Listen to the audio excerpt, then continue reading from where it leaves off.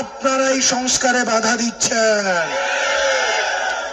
প্রিয় তরুণ প্রজন্ম, এখানে আমার যে ভাইয়েরা উপস্থিত হয়েছেন, পরবর্তী বাংলাদেশ আমাদেরকে বিনির্মাণ করতে হবে।